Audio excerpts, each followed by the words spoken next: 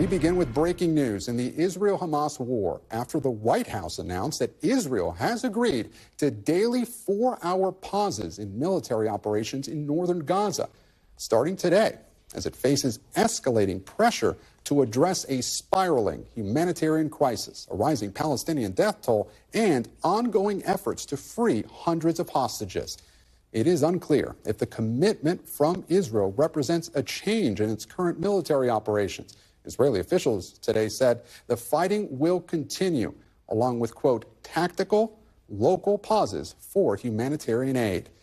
Yesterday, 50,000 people fled northern Gaza, many on foot, according to the United Nations. The announcement comes as President Biden is facing pressure from members of his party to call on Israel to do more to stem the humanitarian crisis. The White House acknowledging today that a series of 4-hour pauses is far short of what it wants. Speaking on the tarmac at Joint Base Andrews earlier today, President Biden said he'd push Prime Minister Netanyahu for a significantly longer pause in military operations.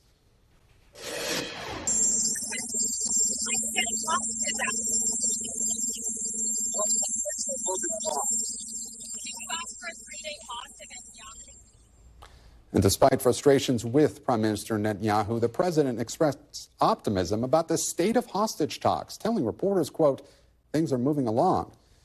An official tells NBC News CIA Director William Burns, along with his Israeli counterpart, are both in Doha today for trilateral talks on hostages and humanitarian aid.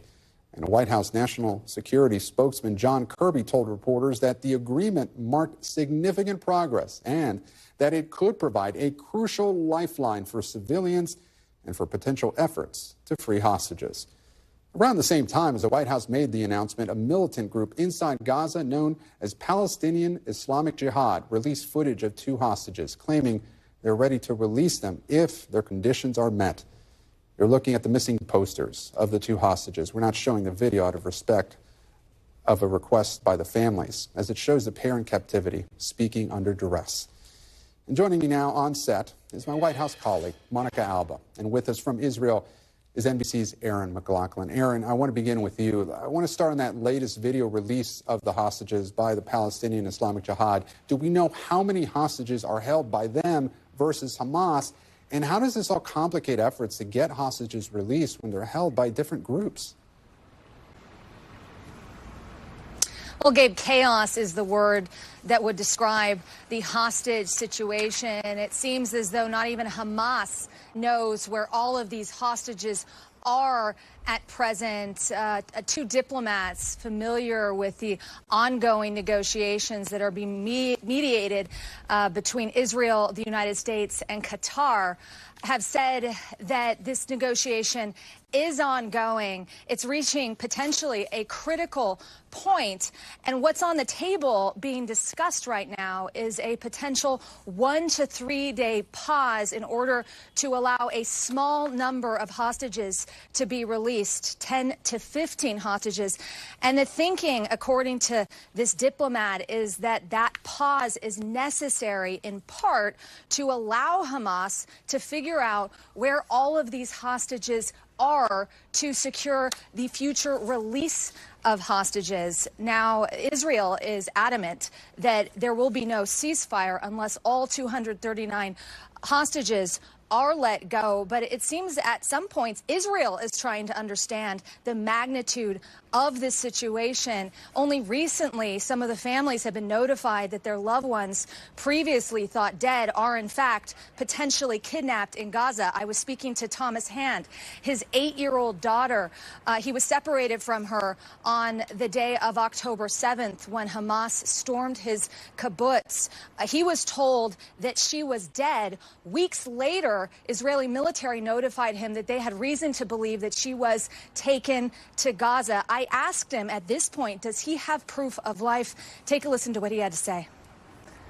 Has there been any proof of life? No.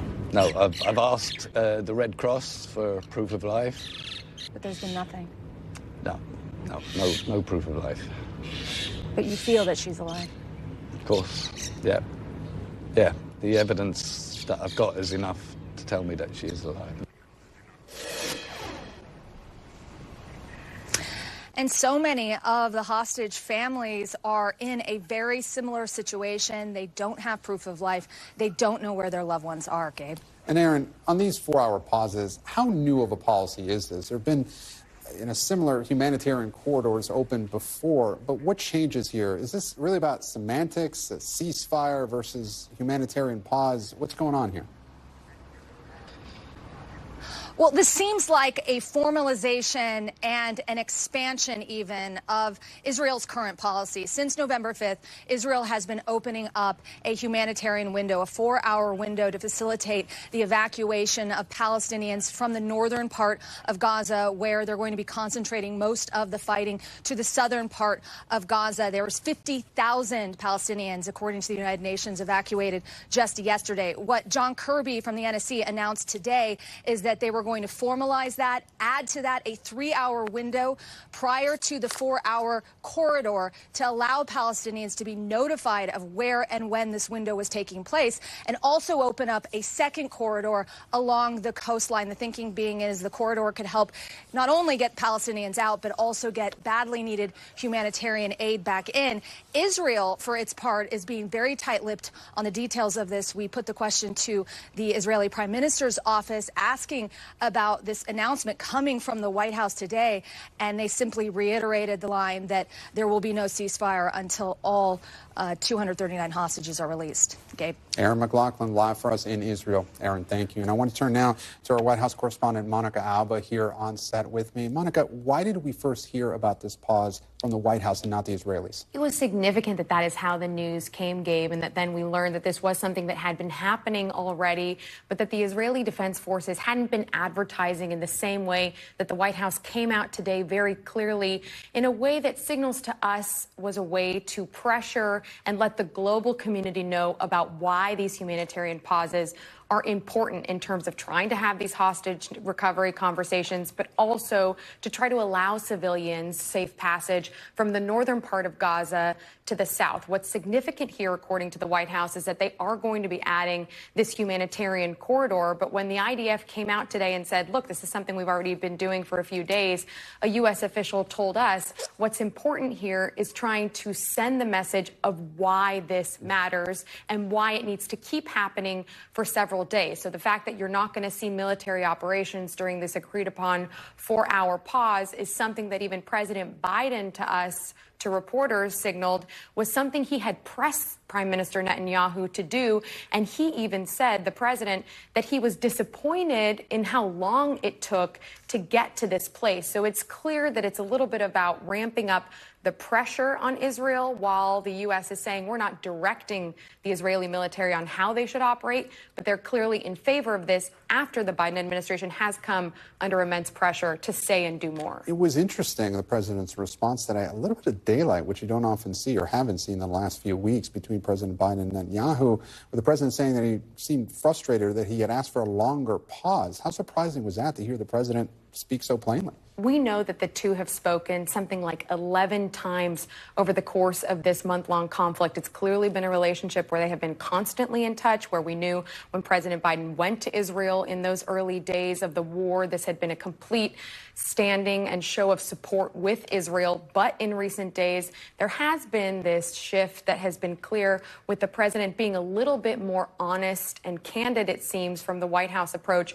about what he hopes Israel will do, even if they're not doing it. So this pressure is something that the president and his top aides have ramped up a little bit. Secretary Blinken delivering that in person as well when he was in the region. And we do know privately that some senior administration officials are worried that even though this public display of support and what they've asked the Israelis to do hasn't always panned out with what the U.S. would like to see in the long run, that could end up backfiring on the president. And we started to see a little bit of that play out today. Monica Alba, our White House correspondent, thank you so much for joining us here on set, Monica.